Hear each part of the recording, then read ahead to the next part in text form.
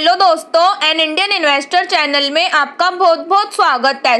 दोस्तों, आज की वीडियो में हम केवल एक ही शेयर के बारे में बात करने वाले हैं। जैसा कि आपको पता है, स्टडी पर्पस के लिए है, रिकमेंडेशन कुछ नहीं है। शेयर मार्केट में आपको पता ही है कि तेजी भी है, गिरावट भी है। एंड गिरावट की बात करें तो अच्छी कंपनी जब नीचे आती है तो जरूर उनको स्टडी करना होता है।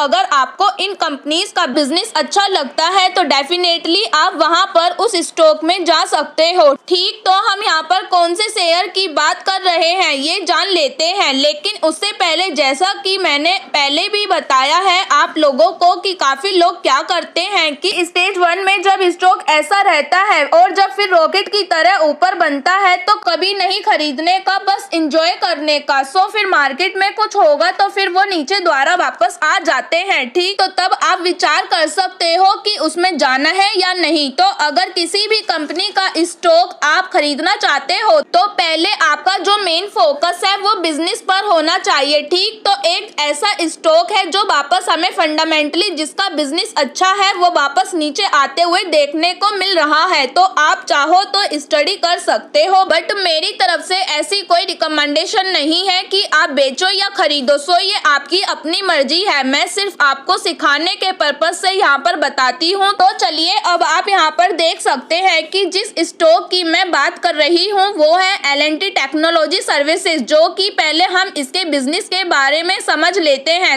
इसका बिजनेस आप देख ही सकते हैं कि किस चीज का है। तो वो है इंजीनियरिंग सर्विस प्रोवाइडर, मतलब कि transportation, industrial products, telecom and hi-tech, medical devices and plant engineering में रिसर्च एंड डेवलपमेंट की सेवाएं प्रोवाइड करती है।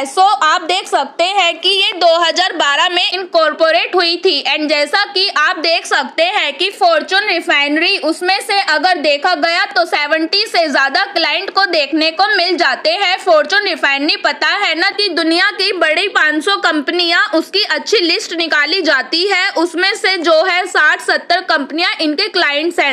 एक बहुत ही बड़ा, मतलब ये एक पॉइंट हम लोगों को देखने को मिल जाता है। प्लस उसी के साथ साथ अगर आप यहाँ पर देखोगे तो कंपनी क्या कर रही है कि लगभग 296 ग्लोबल क्लाइंट्स यहाँ पर देखने को मिल जाते हैं। एंड 25 से ज्यादा कंट्रीज में ये अपनी सर्विसेज प्रोवाइड करती है।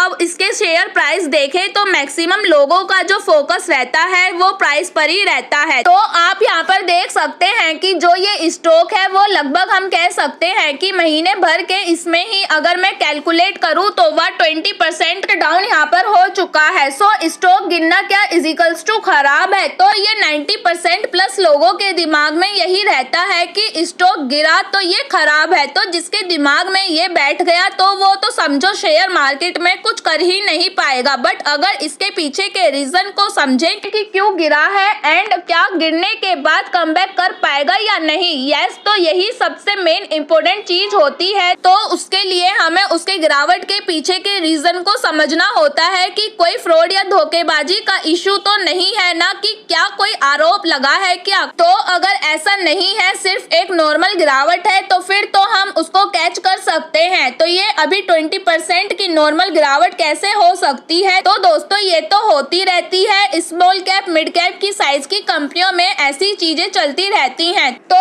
अगर आप इसके 5 साल का डेटा देखो तो यहाँ पर देख सकते हैं कि 50% क्रैश यहाँ पर हुआ था। बाद में आप देख सकते हो कि फिर से ये कमबैक कर गया। अभी फिर से ये नीचे की तरफ गिरते हुए देखने को मिल रहा है। तो इसकी प्रोबेबिलिटी क्या हो सकती है कि कंपनी के नंबर एट बार देखने को मिले, मतलब 3143 के कुछ नंबर यहाँ पर जो थे वो लास्ट में भी ऐसे ही थे और इस बार भी सेम ऐसे ही सेम नेट प्रॉफिट रहा। तो इस चीज के चलते हमें ये करेक्शन देखने को मिल रहा है।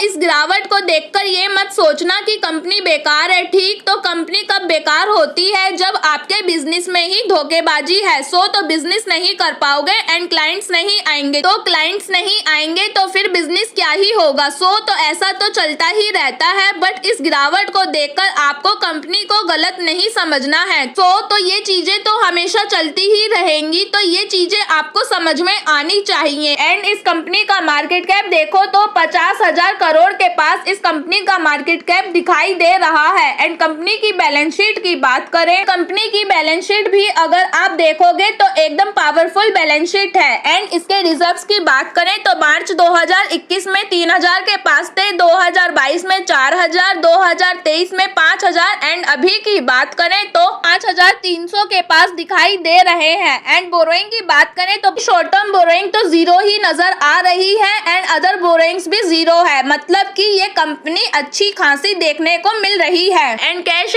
इक्विवेलेंट की बात करें तो 1,300 से 1,400 के बीच में हमें इसका कैश देखने को मिल रहा है। एंड शेयर होल्डिंग पैटर्न की बात करें तो यहाँ पर हम देख सकते हैं कि प्रमोटर के पास 73%, FFI 5%, DII 12% और पब्लिक के पास 8 से 9% का देखने को मिल रहा है। तो इस कंपनी की बैलेंस शीट भी अगर हमने देखी तो वो भी हमें पावरफुल दिखाई देते हुए मिली है। अगर आप चाहो तो L&T टेक्नोलॉजी सर्विसेज लिमिटेड जैसी कंपनी को यहाँ पर स्टडी कर सकते हो। आई होप दोस्तों आपको ये वीडियो अच्छी लगी होगी एंड आपको कुछ नॉलेज मिली होगी। चाहो तो वीडियो को like and share and comment कर सकते हो, साथ ही चैनल को भी सब्सक्राइब कर सकते हो। मिलते हैं दोस्तों नेक्स्ट वीडियो के साथ, तब तक के लिए बाय बाय दोस्तों।